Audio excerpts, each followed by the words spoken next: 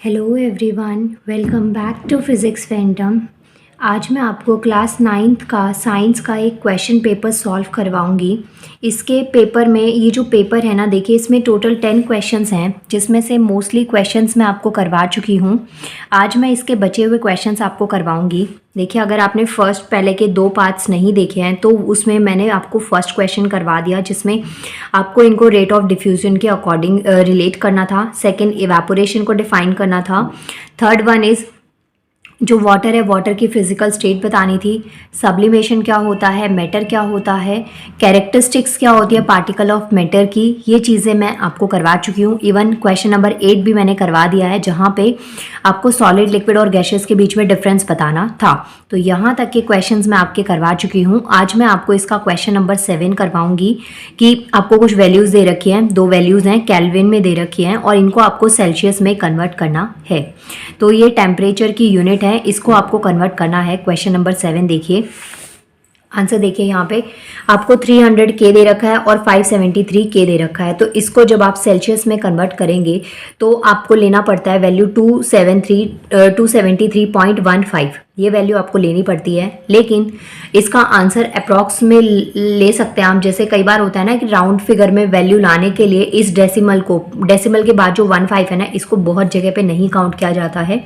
Simple 273 में से minus कर दिया जाता है, जो कि केल्विन में वैल्यू आपको दे रखी होती है। तो दोनों ही तरीके से आपका आंसर ठीक होगा। आप 300 माइनस 273 भी कर सकते हैं, लेकिन एग्जैक्ट वैल्यू आपकी 273.15 से आती है। तो ये हो गया आपका क्वेश्चन, जहाँ पे आपको 300 केल्विन को कन्वर्ट करना था डिग्री सेल्सियस में। ये हो गया इसका आंसर। सेकंड क्वेश्चन में भी सेम चीज़ है, आपको वैल्यू दे रखी है, उसमें से आपको इसको माइनस करना है और आपका आंसर आ जाएगा। तो ये एकदम फ्री के मार्क्स से 2 मार्क्स इस क्वेश्चन के। नेक्स्ट क्वेश्चन आता है, right the factors that affect evaporation. जो इवेपोरेशन है ना, वाष्पीकरण, इसको जो फैक्टर्स अफेक्ट करते हैं, 3 प्रभावित करने वाले आपको कारक लिखने हैं। सबसे पहली चीज़, अगर पहले वाली वीडियोस आपने देखी है तो उसमें इवेपोरेशन को मैंने काफ़ी डिटेल में एक्सप्लेन किया था। आप पहले उसको देख सकते हैं, फिर आप इसको समझ लीजिएगा। नहीं भी देखना चाहते हैं या नहीं भी देखी है, नए हैं इस चैनल पे अभी, तो भी मैं इवेपोरेशन को फिर से थोड़ा सा मैंने यहाँ पे लिख दिया है क्या होता है। इसके बाद में इसके फैक्टर्स मैं आपको बताती हूँ। जैसे कि इवेपोरेशन क्या होता है, एक प्रोसेस होता है किसका, conversion of a liquid phase into a gaseous face, जहाँ पे लिक्विड से किस में कन्वर्ट किया जाता है, गैस में। जैसे कि मानिए पानी है, पानी को जब आप बॉईल करते हैं तो वो किस में, वेपर्स में कन्वर्ट होकर भाप बन के उड़ जाता है। तो ये चीज़ क्या आती है, लिक्विड से आप कौन सी फेज में आए, गैसियस फेज के अंदर आए। तो ये जो प्रोसेस होता है ना, जहाँ पे आप लिक्विड से द्रव अवस्था से गैस अवस्था में जाते हैं, तो उसे हम इवेपोरेशन कहते हैं। Process of conversion of a liquid phase into a gaseous face is called evaporation. तो ये हो गया आपका फर्स्ट क्वेश्चन। और इसमें इवेपोरेशन की डेफिनेशन पूछी नहीं गई थी, लेकिन फिर भी मैंने आपको बता दी, क्योंकि पहले पता होना चाहिए, उसके बाद आप इसके जो फैक्टर्स हैं उसको लिख सकते हैं। अब ये जो प्रोसेस है ना इवेपोरेशन, ये कब होता है, जब क्या होता है, हीट एनर्जी होती है। अब जैसे कि मानिए वाटर है, अब वाटर जो है ना वो लिक्विड फॉर्म में कब तक रहेगा, जब तक आप उसको गर्म नहीं करते। या तो आप उसको बॉईल करें बर्नर पे, गैस पे, फ्लेम पे, जिस मर्जी से आप पहले या तो उस पानी को गर्म कर रहे हैं, उसके बाद में पानी भाप बन के उड़ रहा है। अगर आप खुद से गर्म नहीं कर रहे तो सन रेज की प्रेजेंस में, सनलाइट की प्रेजेंस में वो भाप बन के उड़ जाए। तो दोनों ही प्रोसेस क्या होते हैं, हमारे इवेपोरेशन का ही पार्ट होता है। तो जो इवेपोरेशन है, वाष्पीकरण है, इसके लिए मेन चीज़ किस चीज़ की रिक्वायरमेंट होती है, मतलब मेन प्रोसेस जो होता है इसका किस चीज़ की रिक्वायरमेंट होती है, तो हीट एनर्जी की रिक्वायरमेंट होती है। तो ये इवेपोरेशन की डेफिनेशन है, इस किसकी प्रेजेंस में होता है, हीट एनर्जी की प्रेजेंस में होता है। तो ये पॉइंट्स आपने लिखे। इसके बाद में इसका क्वेश्चन का आगे का पार्ट क्या कहता है कि 3 फैक्टर्स आपको लिखने हैं जो कि इवेपोरेशन पे अफेक्ट डालते हैं। तो यहाँ पे 3 ही पूछे हैं मैंने, फिर भी आपको 4 पॉइंट्स बता दिए हैं। आप इन 4 पॉइंट्स को, अगर क्वेश्चन ज़्यादा मार्क्स का आता है आप इसको डिटेल में एक्सप्लेन कर सकते हैं। अगर क्वेश्चन की वेटेज कम है तो आप इसके नाम से भी काम चला सकते हैं। तो फर्स्ट फैक्टर आता है टेम्परेचर, सेकंड आता है विंड स्पीड, थर्ड आता है surface area, fourth one is humidity. तो ये 4 स्टेप्स होते हैं। टेम्परेचर बढ़ने से भी इवेपोरेशन के ऊपर इफेक्ट पड़ता है। जितना ज़्यादा टेम्परेचर बढ़ता है, मतलब कि पानी को जितना ज़्यादा आप गर्म करेंगे, जितना ज़्यादा तेज़ बॉईल करेंगे, उतनी जल्दी वो भाप बन के उड़ता हुआ चला जाता है। विंड स्पीड डिपेंड करती है, जैसे हवा किस हद तक चल रही है, प्लस सरफेस एरिया, जैसे कि अगर आप एक गिलास पानी को बाहर धूप में रख देते हैं ना, उस पर कोई इफेक्ट नहीं पड़ता है, सिर्फ वो पानी गर्म हो जाएगा, कंटेनर भी गर्म हो जाएगा, लेकिन पानी पानी उसमें रहेगा। बट अगर आप उस पानी को आप रोड पे फैला देते हैं तो कुछ टाइम के बाद में रोड से पानी बिल्कुल गायब हो जाता है, क्योंकि सरफेस एरिया बढ़ने की वजह से जो पानी है ना वो भाप बन के जल्दी उड़ जाता है। सेम एग्जाम्पल है सरफेस एरिया वाला, कि जैसे जब आप चाय पीते हैं तो अगर आप कप में, छोटे कप में चाय पीते हैं तो वो ज़्यादा देर तक गर्म रहेगी। वहीं आप उसको कटोरी या प्लेट में जब ठंडा करते हैं, सरफेस एरिया बढ़ने की वजह से उसका जो टेम्परेचर है वो ऑटोमेटिकली क्या हो जाता है, कम हो जाता है। तो ये सब पॉइंट्स आप इसमें लिख सकते हैं कि इवेपोरेशन को अफेक्ट करने वाले 4 फैक्टर होते हैं। फर्स्ट आता है टेम्परेचर, सेकेंड आता है wind speed, third one is surface area and number 4th is humidity. तो ये 4 स्टेप्स के ऊपर वर्क करना पड़ता है। नेक्स्ट हमारा क्वेश्चन है क्वेश्चन नंबर 10 के। देखिए 2 पार्ट्स आपको दे रखे हैं, बहुत बहुत प्यारे क्वेश्चन है और इंपॉर्टेंट क्वेश्चन है। ज़्यादातर एग्जाम में ये क्वेश्चन आते ही आते हैं, 9th क्लास में तो स्पेशली। क्वेश्चन है, फर्स्ट क्वेश्चन है, what type of clothes should we wear in summers and why. अभी समर्स का ही टाइम चल रहा है, अभी खैर गर्मी थोड़ी कम हो गई है, लेकिन आप सबको पता है समर्स में हमको कैसे कपड़े पहनने चाहिए।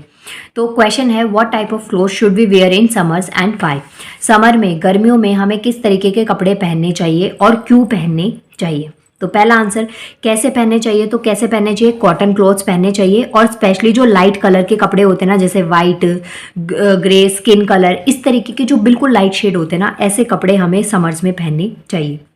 उसके पीछे की वजह क्या होती है, कॉटन क्लोथ्स क्यों पहनने चाहिए, क्योंकि जो कॉटन है ना वो गुड एब्जॉर्बर होता है वाटर का या स्वेट का। जो भी आपकी बॉडी से गर्मियों में जितना भी पसीना, स्वेटिंग आपको होती है, तो कॉटन क्लोथ्स उस पसीने को, उस पानी को जो आपकी बॉडी से निकल रहा है उसको क्या कर लेते हैं, एब्जॉर्ब कर लेते हैं, और आपको स्टिकी फील इतना ज़्यादा नहीं होता है। प्लस लाइट कलर के कपड़े पहनने से जो हीट एनर्जी है, सनलाइट है, जो हीट है ना वो कम एब्जॉर्ब होती है। मतलब जितने गर्म ब्लैक कपड़े पहनते हैं, जितना आप डार्क कलर के कपड़े पहनते हैं, तो वो हीट को ना ज़्यादा एब्जॉर्ब कर लेते हैं, जिसकी वजह से गर्मी ज़्यादा लगती है। तो कॉटन क्लोथ्स और लाइट कलर के कपड़े हमें समर्स में पहनने चाहिए। कॉटन का वजह आपको बता दी, कॉटन क्यों पहनना चाहिए, क्योंकि गुड एब्जॉर्बर होता है किसका, वाटर का या स्वेट का। स्वेट का मतलब होता है पसीना। तो स्वेट जो है ना, पसीना, वो कौन एब्जॉर्ब कर लेता है, कॉटन। और जिसकी वजह से जब आप एटमॉस्फेयर में जाते हैं या जो भी टेम्परेचर बढ़ता है ना, तो उसकी वजह से जो इवेपोरेशन है ना वो फास्ट हो जाता है और आपको गर्मी कम से कम लगती है। और वजह ये भी होती है, जो कॉटन क्लोथ्स है ना, जैसे अब वो पसीने को, पानी को बॉडी के अब्जॉर्ब कर लेते हैं, जिससे गर्मी कम लगती है, जिसकी वजह से जो आपकी बॉडी है ना समर्स में कंपैरेटिवली ठंडी रह सकती है। अब इसका बिल्कुल भी मतलब ये नहीं लीजिएगा आप कि एकदम एसी वाली फीलिंग आएगी, ऐसा भी नहीं होता, बहुत ठंडा भी नहीं लगता। लेकिन हाँ, जो डार्क कलर के कपड़े हैं या कॉटन के अलावा कुछ और आप सिल्क वगैरह ऐसी चीज़ें पहनते हैं ना, तो उनके कंपैरिजन में कॉटन क्लोथ्स में आपको कम गर्मी लगती है। ये हो गया आपका फर्स्ट क्वेश्चन का आंसर कि what type of clothes should we wear in summers and why. किस तरीके के कपड़े हमें पहनने चाहिए और क्यों पहनने चाहिए। ये हो गया फर्स्ट क्वेश्चन। सेकंड क्वेश्चन है, why does our palm feel cold when we put some acetone और पेट्रोल और परफ्यूम ऑन इट।